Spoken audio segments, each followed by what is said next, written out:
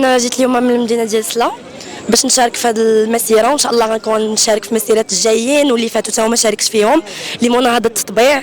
وكنطالبوا من الحكومه ديالنا انهم يلغيو المعاهدات ديال التطبيع اللي دايرين مع الكيان الصهيوني اللي حنا اصلا ما كنعترفوش به، وكلمه الشعب ماشي هي كلمه الحكومه، حيت حنايا المهم ضد التطبيع. العدل والاحسان، انا حنايا كطلبه عندنا كلمه وحده، وحتى حنا كننددوا بالغاء المعاهدات ديال التطبيع مع الكيان الصهيوني. الحمد لله كانت مشاركة نوعية، واخا لاحظنا شوية ديال نقص العدد، ولكن باقي كاين النفس الحمد لله.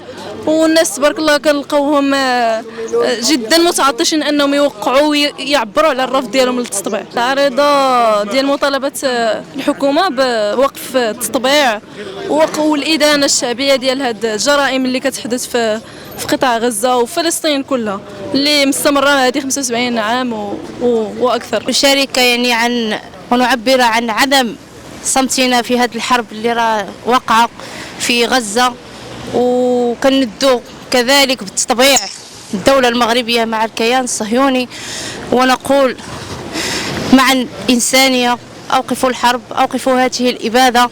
وأطباء مغاربة، ممرضين مغاربة، كوادر طبية وصحية من المغرب مستعدة لخوض جميع معارك وجميع يعني الأمور التي يسمح بها القانون من أجل نصرة إخواننا في غزة وفي فلسطين. المشاركة ديالنا قيمة وحضر جمهور كبير للمغاربة. رسالة كنوجهوها للحكومة بأن تقطع التطبيع، توقف العلاقات ديالها مع الكيان الصهيوني وترد السفير، ويعني تقطع العلاقات نهائيا.